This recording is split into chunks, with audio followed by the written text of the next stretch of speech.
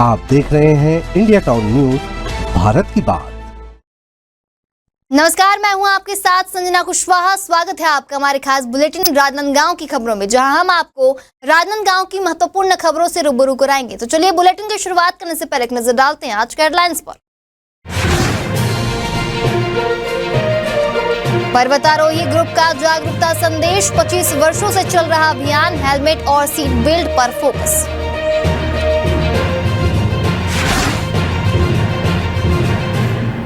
राजनांदगांव में सहकारिता सम्मेलन संपन्न, किसानों के लिए नई योजनाएं, डॉक्टर रमन सिंह की रही मौजूदगी।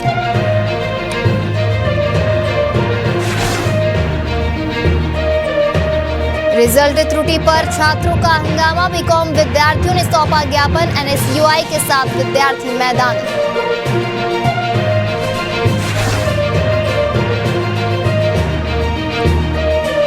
स्थापना दिवस पर महत्व भूलता प्रशासन, आयोजन हुआ बेहद सीमित, विधायक ने भाजपा और प्रशासन पर लगाया दोष, कलेक्टर ने भविष्य में बड़े आयोजन का दिया आश्वासन। चलिए बढ़ते खबरों की ओर। राजनांदगांव के शासकीय दिग्विजय महाविद्यालय में बीकॉम चतुर्थ भाग के लगभग 200 विद्यार्थियों ने अपने परीक्षा परिणाम में हुई गंभीर त्रुटि को लेकर प्राचार्य को ज्ञापन सौंपा। इस दौरान एनएसयूआई के कार्यकर्ता भी छात्राओं के समर्थन में मौजूद रहे।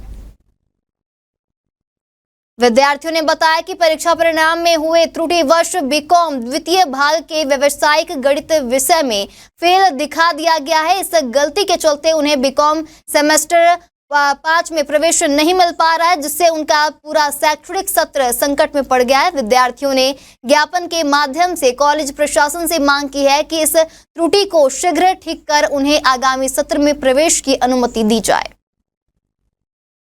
आज दिग्विजय महाविद्यालय में जो बीकॉम 4 सेमेस्टर के छात्र हैं, उनका रिजल्ट बहुत ही खराब आया है। इसमें ज्यादातर बच्चों का एक ही सब्जेक्ट में फेल कर दिया गया है। वो रिवेल में रीटोटल में अपना वो फॉर्म डाले थे, उसके बाद भी उनका परीक्षा परिणाम या तो वही रहा है या तो अनुत्तीर्ण रहा है ज्यादातर बच्चों का। तो बच्चे आए थे अपनी मांगों को लेकर प्राचार्य महोदय के पास कि हमें 5th सेमेस्टर में एडमिशन दिया जाए या हमारा पेपर रीचेक किया जाए। आज से जब एनएपी लागू नहीं हुआ था तो 2 साल पहले 3 साल पहले रीचेक का प्रावधान था।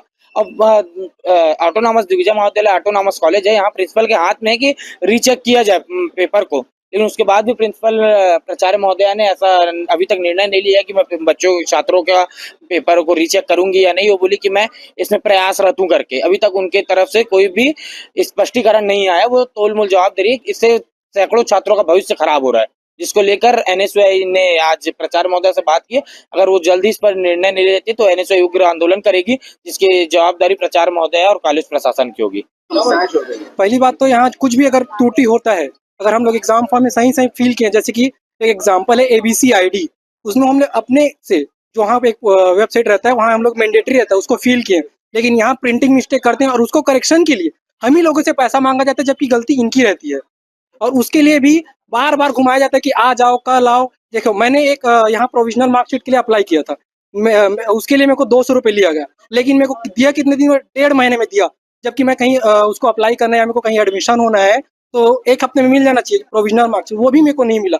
और हमारे जो सेमेस्टर एग्जाम है जो हमने दिया था दिसंबर, और फर्स्ट सेमेस्टर और थर्ड सेमेस्टर दिया जाता है दिसंबर में, जिसमें प्रिंटिंग क्या किए हैं, जून महीने में हम लोग एग्जाम दिए। जून महीने में हम लोग कैसे दे सकते हैं, जबकि फर्स्ट सेमेस्टर और थर्ड सेमेस्टर का ही एग्जाम दे सकते हैं, और जो 4th सेमेस्टर और 2nd सेमेस्टर उसका एग्जाम होते हैं जून या मई में। उसमें मिस्टेक क्या किए हैं, हम लोग दिसंबर में दिए एक सब्जेक्ट एक सेमेस्टर को, और एक को उसमें मई में। ऐसा कैसे हो सकता है इतना मिस्टेक, और उसका भी मिस्टेक का पैसा हम लोग से ही लेते हैं। इसका थोड़ा देखिए आप लोग और बोलिए मैडम को क्या लगता है कि इसके सुधार का।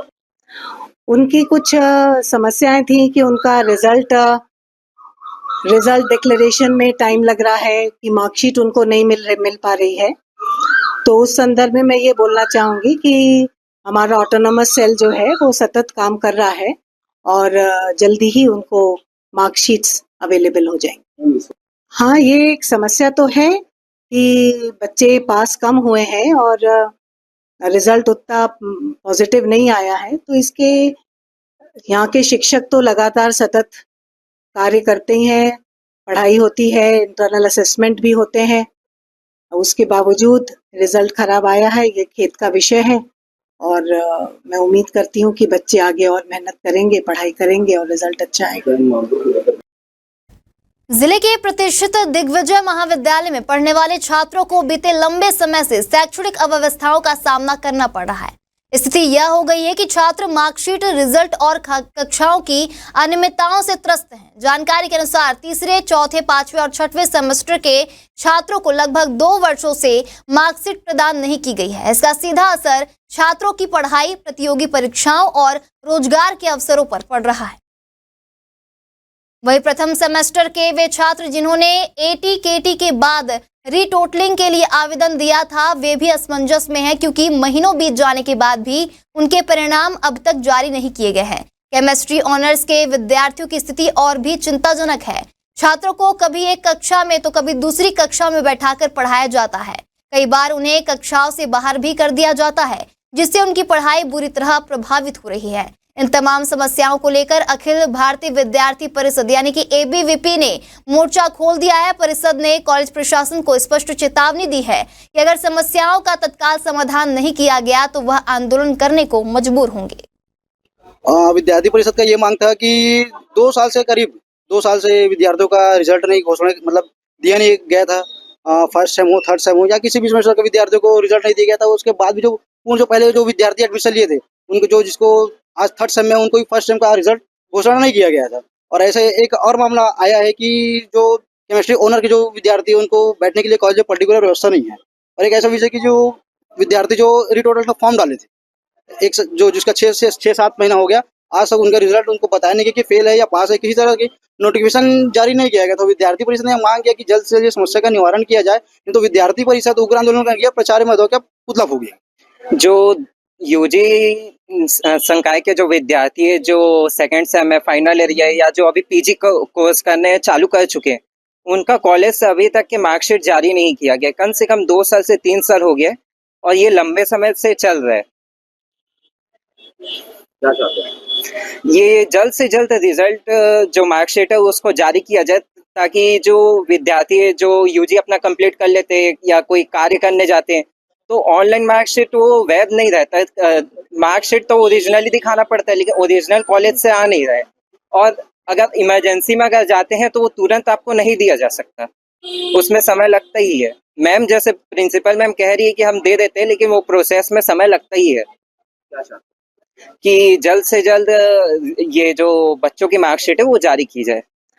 उनकी कुछ समस्याएं थी कि उनका रिजल्ट डिक्लेरेशन में टाइम लग रहा है, कि मार्कशीट उनको नहीं मिल पा रही है। तो उस संदर्भ में मैं ये बोलना चाहूँगी कि हमारा ऑटोनोमस सेल जो है वो सतत काम कर रहा है और जल्दी ही उनको मार्कशीट्स अवेलेबल हो जाएंगे। हाँ, ये एक समस्या तो है कि बच्चे पास कम हुए हैं और रिजल्ट उतना पॉजिटिव नहीं आया है। तो इसके यहाँ के शिक्षक तो लगातार सतत कार्य करते ही हैं, पढ़ाई होती है, इंटरनल असेसमेंट भी होते हैं। उसके बावजूद रिजल्ट खराब आया है, ये खेद का विषय है। और मैं उम्मीद करती हूँ कि बच्चे आगे और मेहनत करेंगे, पढ़ाई करेंगे और रिजल्ट अच्छा आएगा।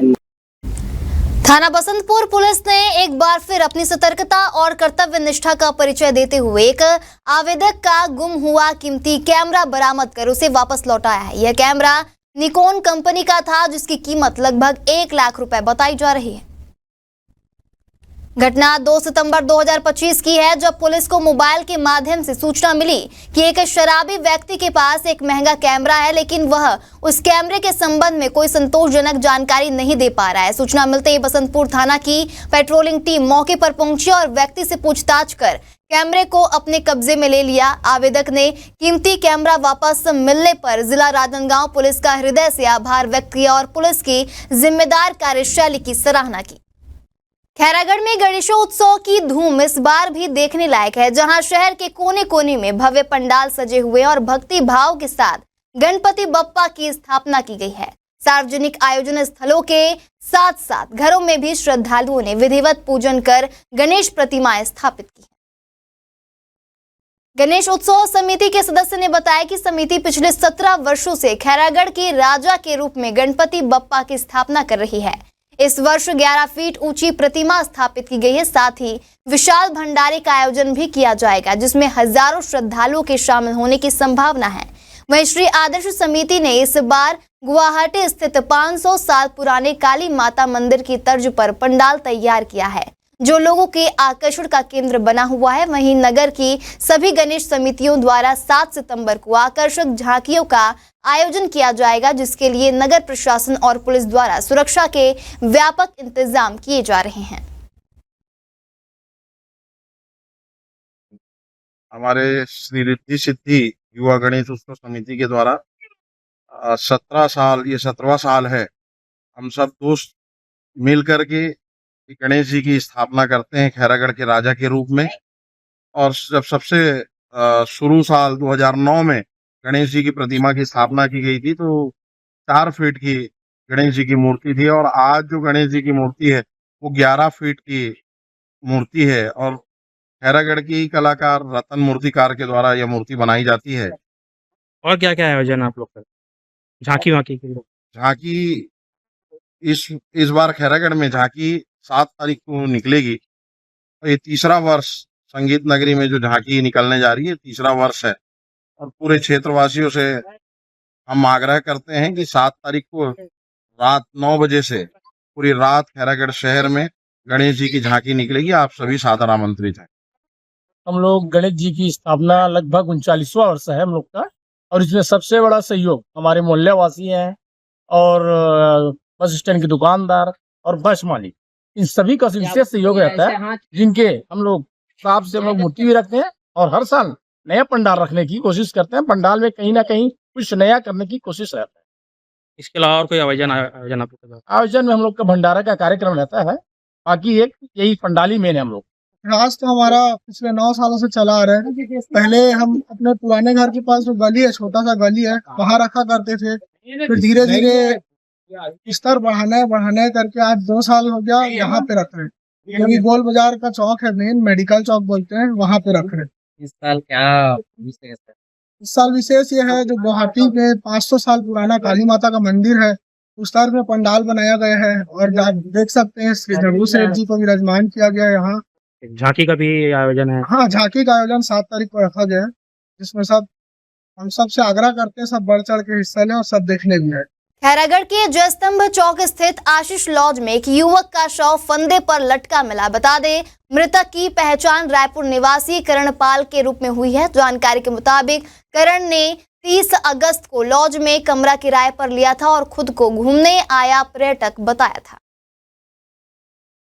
बताया जा रहा है कि करण को 1 सितंबर को आखिरी बार कमरे से बाहर निकलते देखा गया था। उसके बाद से कमरा लगातार बंद था। पुलिस जांच में सामने आया कि कमरे में ना तो मृतक का कोई बैग था, ना कपड़े और ना ही कोई आईडी प्रूफ। केवल एक पुराना कीपैड मोबाइल बरामद हुआ है। इससे संदेह और गहरा गया है कि कहीं यह आत्महत्या नहीं बल्कि किसी साजिश का हिस्सा तो नहीं। फिलहाल पुलिस सभी पहलुओं पर जांच कर रही है। यह आत्महत्या है या इसके पीछे कोई गहरी साजिश, इसका खुलासा जांच के बाद ही हो पाएगा। खैरागढ़ छुई खदान गंडई जिले के तीसरे स्थापना दिवस पर इस बार भी प्रशासन की लापरवाही सामने आई है। जहां लगातार दूसरे वर्ष जिला स्थापना दिवस का महत्व प्रशासन और अधिकारियों की स्मृति से कोसों दूर रहा। 3 सितंबर को कलेक्टर कार्यालय में मात्र एक छोटा कार्यक्रम आयोजित किया गया, जिससे यह ऐतिहासिक दिन फीका पड़ गया। कार्यक्रम में विधायक यशोदा वर्मा सहित अन्य अधिकारी कर्मचारी मौजूद रहे। इस दौरान विधायक यशोदा वर्मा ने कहा कि जिला प्रशासन और भाजपा के प्रतिनिधि स्थापना दिवस के महत्व को लगातार भूलते जा रहे हैं। वहीं कलेक्टर इंद्रजीत चंद्रवाल ने स्वीकार किया कि इस बार आयोजन छोटा रहा, लेकिन अगले वर्ष से स्थापना दिवस को व्यापक स्तर पर मानने की योजना है। उन्होंने कुछ लोगों के सुझाव पर जिला स्थापना दिवस को जन भागीदारी के साथ जिला महोत्सव के रूप में मनाने की संभावना भी जताई। ये बहुत बड़ा सौभाग्य का दिन है आज हम सबके लिए। तो कोई पार्टी के लिए नहीं है, जन सेवा के लिए और सबके लिए, सबके जन भावना के साथ साथ में पूर्ववर्ती सरकार माननीय भूपेश बघेल की सरकार तो घोषणा किए थे, उसी समय से जिला बने। आज 3 सितंबर है, आज 3 साल हो गए हैं। और मैं जब आई तो मेरे को भी लगा, तो मैंने उस बात को रखी भी कि अच्छा भव्य रूप से मनाना चाहिए था, क्योंकि आज जिला का आज निर्माण का दिन है, तो सांस्कृतिक कार्यक्रम के साथ अच्छे तरीके से मनाना चाहिए। मेरे को भी फीका लगा। आनन फानन में आज जिला प्रशासन के द्वारा से शॉर्टकट में निपटाने का काम किया है, लेकिन मैं कलेक्टर से बात करूंगी कि भविष्य में अच्छा भव्य रूप से इस आयोजन को अच्छे तरीके से मनाना चाहिए। ये हम सबके लिए सौभाग्य का दिन है। सर्वप्रथम तो मैं पूरे जिले वासियों को आपके चैनल के माध्यम से हार्दिक बधाई। जिले के स्थापना दिवस का जो पर्व है या जो उत्सव होनी चाहिए, उसके अनुकूल जिला प्रशासन के द्वारा जो तैयारी की गई है उसमें फीकापन है। और नगर पंचायत गंडई, खैरागढ़, छुईखदान गंडई के नाम से जो जिले का नाम दिया गया है, तत्कालीन सरकार हमारे भूपेश बघेल जी की सरकार के द्वारा ये जिला का सौगात इस क्षेत्रवासियों को जो मिला है, उसके अनुकूल जो वातावरण होनी थी, आज जो तैयारी होनी थी, वो तैयारी की कमी रही है। और निश्चित रूप से इसमें जिला प्रशासन की कोई रुचि मुझे नहीं दिखती। आज जिला स्थापना दिवस था और उसके कार्यक्रम के अंतर्गत आज छत्तीसगढ़ महतारी की पूजा अर्चना भी की गई और समस्त लोगों के साथ हमारे सभी सम्मानीय अधिकारीगण आज इस अवसर पर मौजूद थे। जिले के संबंध में जो अभी तक डेवलपमेंट हुए उसके बारे में बात की गई और आगे आने वाले समय में इस जिले को और कैसे वृहद स्तर दिया जा सकता है और क्या संरचना है जो यहाँ पे लाई सकती है, उसके बारे में चर्चा हुई। निश्चित रूप से अगली दफा से ये जिला स्थापना दिवस और भी अच्छे तरीके से और भी वृहद तरीके से मनाया जाएगा।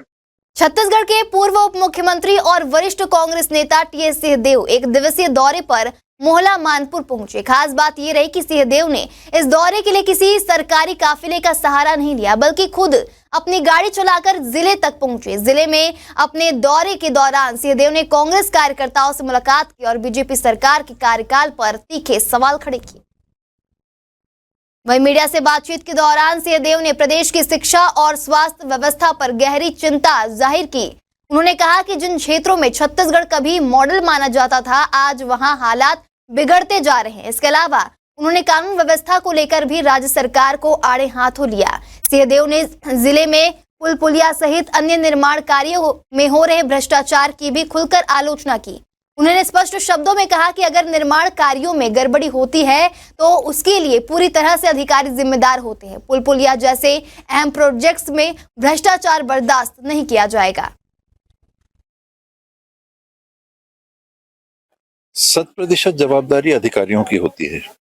इसमें जनप्रतिनिधि ये कह सकते हैं कि काम कहाँ खोला जाए और उनकी बात को मानना चाहिए।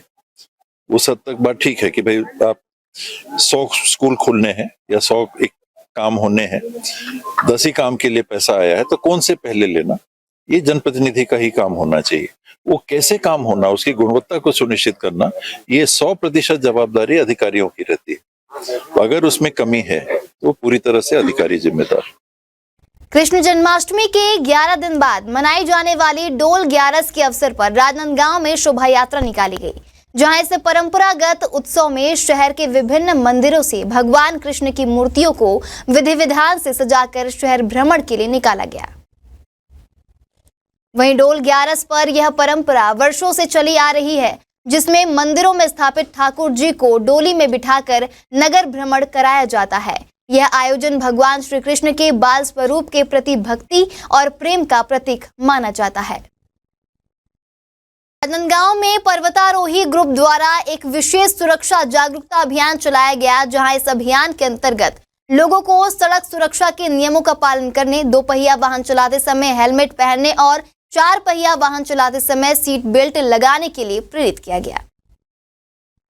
दरअसल इस अभियान की शुरुआत वर्ष 2001 में ग्रुप के गुरुजी के नेतृत्व में की गई थी और तब से यह अभियान लगातार 25 वर्षों से चलाया जा रहा है। आज यह अभियान केवल राजनांदगांव तक सीमित नहीं है, बल्कि यह देश के लगभग सभी राज्यों में सक्रिय रूप से चल रहा है।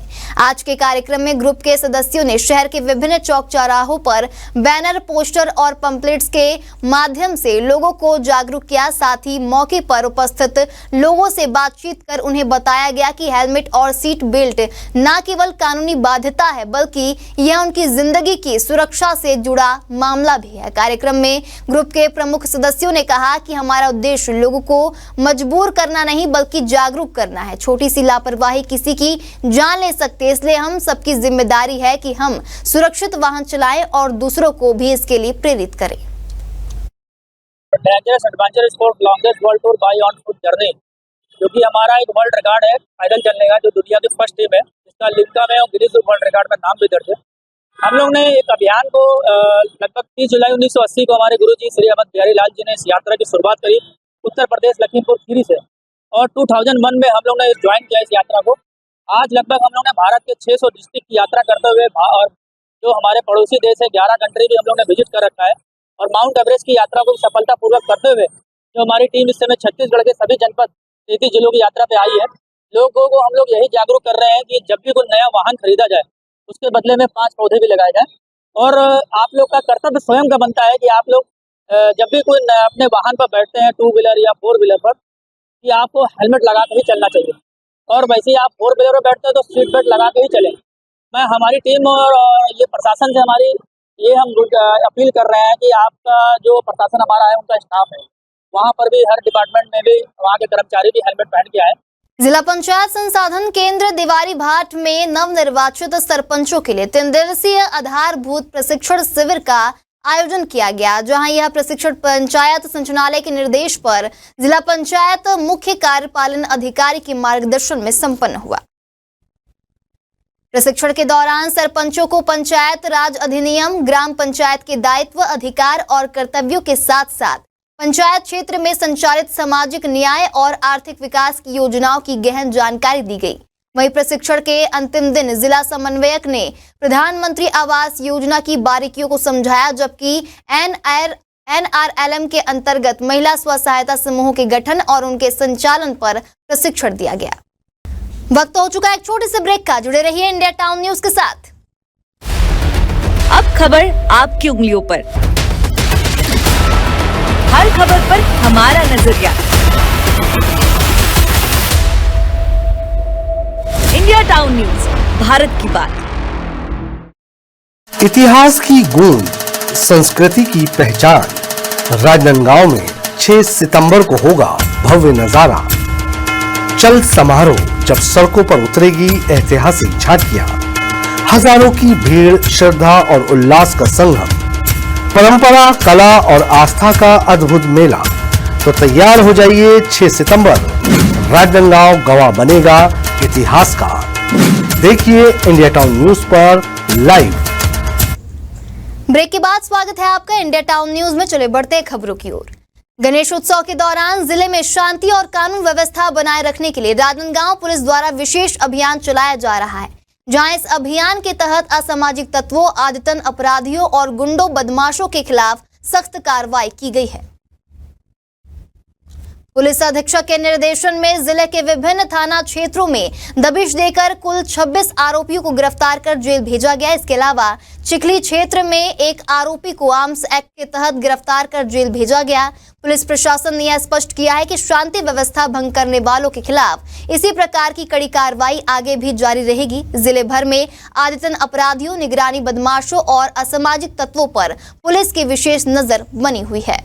कर्मचारियों का आंदोलन अब निर्णायक मोड़ पर आ गया है। आपको बता दें, जिले में कार्यरत NHM कर्मचारियों ने अपने लंबित मांगों को लेकर सामूहिक इस्तीफे का ऐलान कर दिया है। प्रांताध्यक्ष श्याम मोहन दुबे और 33 जिला अध्यक्षों की बर्खास्तगी से आक्रोशित कर्मियों ने धरना स्थल से रैली निकालकर खैरागढ़ जयस्तंभ चौक होते हुए सिविल अस्पताल तक मार्च किया है। वहीं रैली की सूचना मिलते ही अस्पताल परिसर में सुरक्षा के व्यापक इंतजाम किए गए थे। इसके बावजूद कुछ कर्मी अस्पताल परिसर में दाखिल हो गए, लेकिन प्रशासन की समझाइश के बाद वे शांतिपूर्वक बाहर आ गए। CMHO डॉक्टर आशीष शर्मा मौके पर पहुंचे और कर्मचारियों से चर्चा की। उन्होंने कर्मियों से सामूहिक इस्तीफे का पत्र लिया और उसे आश्वासन को अग्रेषित करने का आश्वासन दिया। साथ ही कर्मियों से जनहित को ध्यान में रखते हुए काम पर लौटने की अपील भी की। देखिए सर, हमारा जो मांग है जायज़ है और हमने 160 बार आवेदन निवेदन जो हमारी जायज़ मांगों के लिए दिया सरकार को, 2 बार अल्टीमेटम दिया कि हम सामूहिक जो है हड़ताल कर रहे हैं अवकाश लेके। उसके बाद हमने अनिश्चितकालीन आंदोलन का शुरुआत किया है। आज हमारे हड़ताल का आज 18वां दिवस है और शासन प्रशासन हमारी जायज़ मांगों पर किसी भी प्रकार का सकारात्मक पहल नहीं कर रही है और मंत्री जी उल्टा सीधा बयान देकर बोल रहे हैं कि 5 मांगे पूरी हो गई है, लेकिन आज तक उसका लिखित आदेश जारी नहीं हुआ है। तो हमारी जो है आपके माध्यम से ये गुजारिश है और दमनकारी नीति अपनाते हुए हमारे जो प्रांतीय टीम है, पूरे 33 जिला के जिलाध्यक्ष है, उनको बर्खास्तगी आर्डर जारी किया गया है। कानूनी रूप से जो है वो बिना सूचना, बिना इसके परमिशन के हमको जो है MD-NHM का घेराव करना पड़ा। हमारे को जो है आज तक हमारी मांग पूरी नहीं हुई है। तो शासन की जो दमनकारी नीति है उसके विरोध में आज हमने पूरे 33 जिले में इस दमनकारी नीति के विरोध में, बर्खास्तगी के विरोध में आज पूरा 33 जिले के 16,000 NHM कम एम्प्लॉय जो हैं आज अपना सामूहिक इस्तीफा शासन को दे रहे हैं। हमारी प्रांतीय टीम जब तक निर्देश रहे तब तक हमारी हड़ताल जारी रहेगी, जब तक हमारे जो मांगे हैं उस पर सकारात्मक पहल शासन द्वारा या प्रशासन द्वारा नहीं किया जाता है। और इस दमनकारी नीति के विरोध में हमारी जो जायज मांगे हैं उसको पूरी करवा के रहेंगे। हड़ताल जारी है और जारी रहेगा। जो कर्मचारी हैं कारागार सिविल अस्पताल सर 180 के आसपास सर आपको क्या ज्ञापन है सर? इसमें NHM जो अनिश्चितकालीन हड़ताल पे गए हैं 18 अगस्त से, उनके द्वारा एक ज्ञापन सौंपा गया है जिसमें अपनी मांगों को पूरा नहीं किया गया है। उसके संबंध में जो उनके ज्ञापन है, जो उनके पत्र प्राप्त हुए हैं, उनको हम सक्षम अधिकारी राज्य कार्यालय को प्रेषित कर देंगे। वहाँ से जो निर्देश मिलेंगे उसका पालन करेंगे। सर सामूहिक इस्तीफा दे रहे हैं बोले हैं सर, उसमें स्पष्ट लिखा हुआ है। हाँ, इसमें उन्होंने लिखा है सामूहिक इस्तीफा के बारे में, तो हम जो सक्षम अधिकारी हैं उनको ये अवगत कराएंगे। क्या लगता है सर आपको कि NHM में 180 कर्मचारी है, इस्तीफा मंजूर हो जाएगी? अब वो शासन के ऊपर निर्धारित है। वैसे सभी से मैं अपील भी करना चाहता हूँ कि स्वास्थ्य जो विभाग है वो बहुत संवेदनशील विभाग है और यहाँ पे लोगों के जनहित में उनको अपने कार्य में लौटना चाहिए। सर अब इनके हड़ताल के चलते क्या कारागार सिविल अस्पताल और अन्य जो जगह चुकेदान गंडई के अंतर्गत जितने भी ग्रामीण क्षेत्र है, हेल्थ वेलनेस सेंटर है, ये जब तक काम पे नहीं आ रहे हैं, अनिश्चित काल हड़ताल पे है, तो क्या परेशानियों का सामना नहीं करना पड़ा? नहीं, उसकी वैकल्पिक व्यवस्था कर ली गई है। सभी कार्य सुचारू रूप से चल रहे हैं। प्रांताध्यक्ष और जिलाध्यक्षों की बर्खास्तगी से आक्रोशित राजनांदगांव में NHM कर्मियों ने बड़ा कदम उठाते हुए सामूहिक रूप से इस्तीफा सौंप दिया। आपको बता दें, यह कदम उन्होंने अपने लंबित मांगों को लेकर सरकार की लगातार अनदेखी और उपेक्षा से आहत होकर उठाया है। वहीं स्वास्थ्य कर्मचारियों का कहना है कि वे बीते कई दिनों से अपनी विभिन्न मांगों को लेकर आंदोलनरत है। कर्मचारियों ने कलेक्टर कार्यालय के सामने बार बार धरना प्रदर्शन किया, लेकिन सरकार की ओर से कोई ठोस आश्वासन नहीं मिला। उनका आरोप है कि शासन और प्रशासन ने उनकी आवाज को नजरअंदाज किया है, जिससे उन्हें यह कठोर निर्णय लेना पड़ा। कर्मचारियों ने CMHO कार्यालय पहुंचकर सामूहिक रूप से अपना इस्तीफा सौंपा। इस मौके पर कर्मचारियों की भारी भीड़ देखी गई, जिनके चेहरों पर आक्रोश और निराशा साफ झलक रही थी। सामूहिक इस्तीफा दे रहे हैं पूरे NHM के 16,000 कर्मचारी। सरकार की दमनकारी नीति है कि हम जब अनिश्चितकालीन हड़ताल करें अपनी मांगों को लेकर, और वो मांगे जो सरकार ने हमारी बैनर तले आकर हमसे वादे किए थे, आज उस मांगों को मांगने के लिए जब हम सड़क पर उतरे हैं तो सरकार हमारे ऊपर दमनकारी नीति अपना रही है। और हमारे 25 जो हमारे प्रांतीय टीम है, हमारे जिला अध्यक्ष को वो बर्खास्त कर दी है। उनके समर्थन में हमारे पूरे NHM के 16,000 कर्मचारी आज एक समय में पूरा सामूहिक इस्तीफा दे रहे हैं। अब पूरे छत्तीसगढ़ में ये लड़ाई जारी है। हम आर पार की लड़ाई लड़ रहे हैं। हमारे सरकार की मांगे हमारी जो है वो जायज है, सरकार को इसे पूरी करनी होगी। हमारे प्रांताध्यक्ष द्वारा पहल किया गया था, माननीय मुख्यमंत्री जी से निवेदन किया उन्होंने कि हमारी मांगों के संज्ञान में ले, हमारी मांगों के ऊपर ध्यान दे।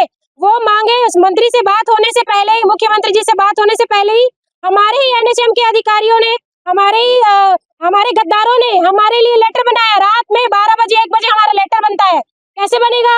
सरकार तो जाके नहीं बनाएगी लेटर, कौन बना रहा है? बैठे हुए अधिकारी बना रहे हैं, हमारे गद्दार अधिकारी बना रहे हैं।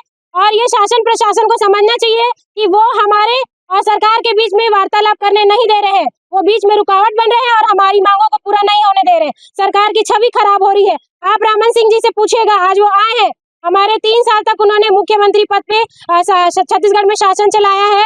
उनकी सरकार तो नहीं कर पाई, फिर से उनकी सरकार है, ट्रिपल इंजन की सरकार है तो फिर हमारी मांगों को क्यों ध्यान नहीं दिया जा रहा है, हमारी मांगों को क्यों पूरा नहीं किया जा रहा। वो मांगे जब हम भाजपा कांग्रेस की सरकार थी तो पूरे भाजपा के वित्त मंत्री, स्वास्थ्य मंत्री, उप मुख्यमंत्री सब हमारे मंच में आके हमको वादा किए थे कि हमारी मांगों को पूरा करेंगे, हमारी सरकार आएगी तो हमारी मांगों को पूरा करेंगे। हमें प्रलोभन दिया, हमने उन्हें जिताया, उन्हें सत्ता में लाया, लेकिन लाने के बाद हमें क्या मिला। आज 20 महीने हो गए हैं उनकी सरकार को, कोई रुख नहीं है सरकार का हमारी तरफ, और हमारे लिए ऐसा बर्खास्तगी वाला वो रिपोर्ट निकाल रही है। उसके कारण हम पूरे समर्थन में आज सारे 16,000 कर्मचारी आज एक साथ सामूहिक इस्तीफा दे रहे। बोलिए राजनांदगांव के गोविंद राम निर्मलकर ऑडिटोरियम में अंतर्राष्ट्रीय सहकारिता सम्मेलन का आयोजन किया गया, जहां सहकारिता क्षेत्र से जुड़े अनेक प्रतिनिधि, किसानों और अधिकारियों ने हिस्सा लिया। कार्यक्रम का उद्देश्य किसानों को आर्थिक रूप से सशक्त बनाना और सहकारी योजनाओं के माध्यम से उन्हें आत्मनिर्भर बनाना था। सम्मेलन के मुख्य अतिथि छत्तीसगढ़ विधानसभा अध्यक्ष डॉक्टर रमन सिंह रहे। साथ ही सहकारिता मंत्री केदार कश्यप ने विशेष रूप से शिरकत की। इस मौके पर 4 जिलों से आए सैकड़ों किसानों ने कार्यक्रम में भाग लेकर सहकारी योजनाओं की जानकारी प्राप्त की और अपनी समस्याओं को भी साझा किया। कार्यक्रम में बताया गया कि जिला सहकारिता बैंक मर्यादित राजनांदगांव द्वारा किसानों की सुविधा के लिए 245 सहकारी समितियों का गठन किया गया है। इसके अलावा किसानों के बैंकिंग लेन देन को आसान बनाने के लिए जिले भर में 8 से 10 एटीएम केंद्र संचालित किए जा रहे हैं। सम्मेलन में वक्ताओं ने सहकारिता आंदोलन को और सशक्त बनाने पर बल दिया और कहा कि सहकारी बैंकिंग प्रणाली गांव और किसानों की रीढ़ है। विश्व सहकारिता दिवस के अवसर पर राजनांदगांव में सहकारी क्षेत्र के चारों जिले के हमारे सोसाइटी के प्रतिनिधियों का सम्मेलन हुआ और ये चूंकि सहकारिता का छत्तीसगढ़ में और देश में किसानों के जीवन में परिवर्तन लाने वाला उपक्रम है। आज जो रिपोर्ट प्रस्तुत हुआ, अकेले राजनांदगांव के 4 जिलों में किसानों के खाते में जो धान खरीदी का विषय था 5,459 करोड़ रुपया उनके खाते में गया। ये बताता है कि सहकारिता क्षेत्र में जितने हम आगे बढ़ चुके हैं, एटीएम की व्यवस्था उनकी है, उनके खातों में काम हो रहा है और ये पूरे किसानों के जीवन में खाद लेना है, बीज लेना है, कर्ज लेना है, कैश में लेना है, ये सारी व्यवस्था कंटिन्यूअस चलता है और ये इनका जो टर्नओवर है वो भी 5,000-4,000 करोड़ के आसपास कुछ हुआ है। नहीं, आज तो हमने पूरे हमारा जो जिला सहकारी केंद्रीय बैंक का चारों जिला जो कार्य क्षेत्र है उसकी 222 समितियों के सदस्यों को, प्राधिकृत अधिकारियों को एक अंतर्राष्ट्रीय सहकारिता वर्ष 2025 चल रहा है, उसी के तारतम्य में सहकारी सम्मेलन आयोजित किया था, जिसमें मुख्य अतिथि हमारे पूर्व मुख्यमंत्री डॉक्टर रमन सिंह थे, केदार कश्यप जी की अध्यक्षता, विशिष्ट अतिथि थे संतोष पांडे जी, केदार गुप्ता जी, भावना और तो हमारे पूरे चारों जिले के प्रमुख नेतागणों की उपस्थिति में एक शानदार सम्मेलन और लोगों तक ये बात पहुंचाने के लिए कि नरेंद्र मोदी जी की सरकार, विष्णुदेव साय जी की सरकार लोगों के जीवन को उठाने के लिए कैसे काम कर रही है और सहकारिता उसमें कैसे योगदान करेगा। सहकारिता के माध्यम से ही लोगों की समृद्धि आएगी।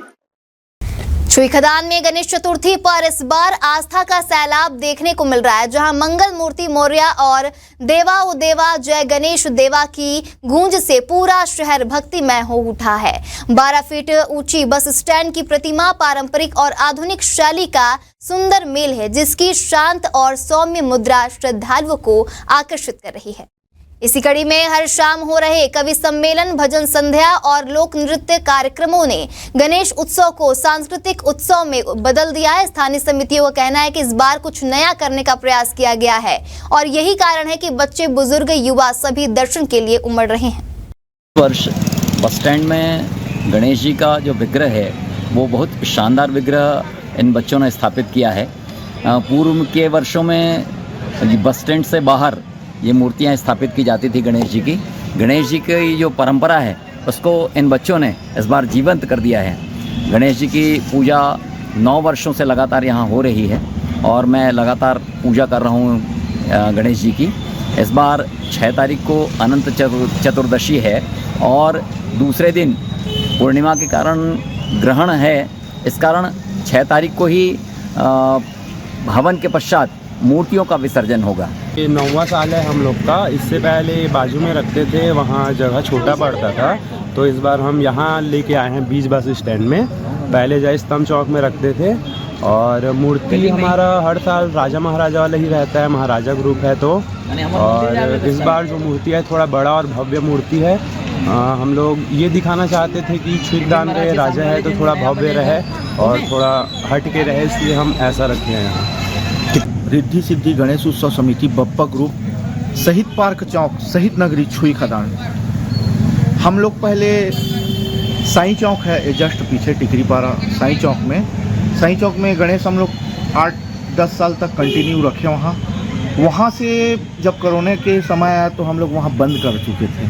फिर कोरोना के बाद फिर देखे कि नेक्स्ट जगह ये शहीद पार्क चौक वाला कांग्रेस कार्यालय SBI बैंक के सामने भव्य रूप से यहाँ रखा जाए यार कहकर दोस्त यार से चर्चाएँ की गई, तो वहाँ सब दोस्त यार इकट्ठा होकर बढ़िया भव्य रूप से रखते कह के अच्छा विशाल पंडाल बनाए हैं। और बहुत सुईदान में फर्स्ट नंबर तगड़ा 60 सजावट प्लस दुर्ग भिलाई, राजनांदगांव से जगराता ग्रुप, ऑर्केस्ट्रा ग्रुप, सुईदान से, खैरागढ़ से और मन के मैना सांस्कृतिक कार्यक्रम राजनांदगांव द्वारा प्रस्तुति दी गई आज ही कवि सम्मेलन का कार्यक्रम रखा गया है, जिसमें हाथ से कवि लोग बिलासपुर, रायपुर, दुर्ग भिलाई, राजनांदगांव से आ रहे हैं और रोजाना कार्यक्रम होगा। राजनांदगांव में ईद मिलाद उन नबी के अवसर पर मोटरसाइकिल जुलूस के साथ युवा और बच्चे हरे झंडे लहराते नारे लगाते नजर आए, जहां ढोल नगाड़ों की गूंज और नात ए पाक से माहौल गूंज उठा। वहीं जगह जगह स्वागत द्वार, शरबत, मिठाई वितरण और रोशनियों ने भाईचारे का संदेश दिया। राजनांदगांव शहर आज पूरी तरह जश्न के रंग में सराबोर हो गया, जहां ईद मिलाद उन नबी के मौके पर मुस्लिम समाज ने भव्य मोटरसाइकिल जुलूस निकाला। हरे झंडों के साथ बच्चे और युवा नारे लगाते हुए शहर की गलियों से गुजरे। वहीं स्वागत के लिए जगह जगह मंच बनाए गए थे, जहां समाज के लोग उत्साहपूर्वक जुलूस का अभिनंदन कर रहे थे। ढोल नगाड़ों की थाप और नात ए पाक की गूंज से पूरा माहौल खुशनुमा बना रहा। खास बात यह रही कि मुस्लिम समाज के साथ अन्य समुदाय के लोग भी जुलूस में शामिल होकर भाईचारे और मोहब्बत का पैगाम देते नजर आए। भारतीय जनता युवा मोर्चा के नवनियुक्त प्रदेश अध्यक्ष राहुल योगराज टिकरिया का पहली बार राजनांदगांव आगमन हुआ, जहां डोंगरगढ़ में मां बमलेश्वरी के दर्शन के बाद कार्यकर्ताओं ने उनका भव्य स्वागत किया। जहां जिला कार्यालय की बैठक में उन्होंने युवा कार्यकर्ताओं से परिचय लिया और पूरे जिले में उत्साह और जोश का माहौल रहा। राजनांदगांव जिले में भारतीय जनता युवा मोर्चा के नवनियुक्त प्रदेश अध्यक्ष राहुल योगराज टिकरिया का पहला दौरा ऐतिहासिक रहा, जहां सबसे पहले वे डोंगरगढ़ पहुंचे, जहां मां बमलेश्वरी के दर्शन कर आशीर्वाद लिया। इसके बाद उनका काफिला जिले के मुख्य चौक चौराहों से गुजरता हुआ भदौरिया चौक पहुंचा। यहां जिला अध्यक्ष मोनू बहादुर के नेतृत्व में कार्यकर्ताओं ने जोरदार स्वागत किया। जगह जगह पर कार्यकर्ता ढोल नगाड़ों और फूल मालाओं से उनका अभिनंदन करते दिखे। जिला कार्यालय पहुंचने के बाद राहुल योगराज टिकरिया ने युवा मोर्चा के कार्यकर्ताओं से मुलाकात की और संगठन को मजबूती देने पर जोर दिया। इस दौरान पूर्व सांसद अभिषेक सिंह भी मौजूद रहे, जहां उन्होंने एक दूसरे को पगड़ी पहनाकर परंपरा निभाई। कार्यक्रम में युवाओं का जोश और उत्साह देखते ही बन रहा था। अध्यक्ष राहुल टिकरिया जी का स्वागत हुआ है। हमारे साथ में पूर्व सांसद अभिषेक सिंह जी भी मौजूद है। जी, आज प्रथम आगमन हुआ है प्रदेश के मुखिया।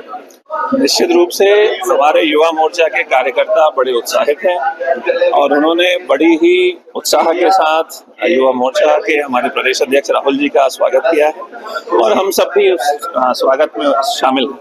जी, आगे संगठन के और ज्यादा विस्तार को लेकर भी बात कही जा रही है।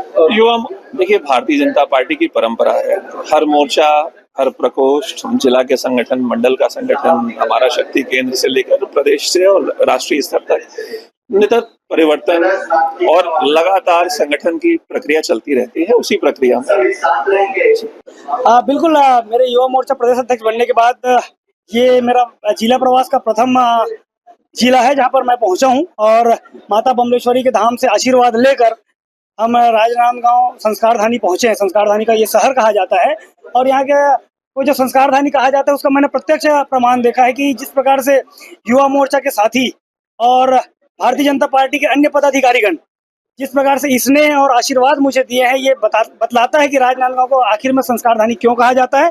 मैं यहाँ के साथियों के जो लगातार स्वागत करने को मिला, उनके द्वारा जो स्वागत किया गया, उसके अलावा जो अन्य पदाधिकारियों के द्वारा मुझे जो आशीर्वाद मिला, ये बिल्कुल बतलाता है कि संस्कारधानी ही राजनांदगांव है। संगठन के विस्तार के लिए भी बिल्कुल, देखिए संगठन विस्तार होना ही है, लेकिन अभी मैंने पहला प्रवास प्रारंभ किया है। कई जिलों में जाना है और प्रत्येक जिलों में जाना है। इसके साथ ही संगठन विस्तार की जो तैयारी है वो भी चलते रहेगी। जिस दिन संगठन आदेश करेगा उस दिन ये संगठन विस्तार भी हो जाएगा। हमारे खास बुलेटिन राजनांदगांव की खबरों में फिलहाल इतना ही। तमाम खबरों के लिए बने रहिए इंडिया टाउन न्यूज के साथ। नमस्कार। आप देख रहे हैं इंडिया टाउन न्यूज, भारत की बात।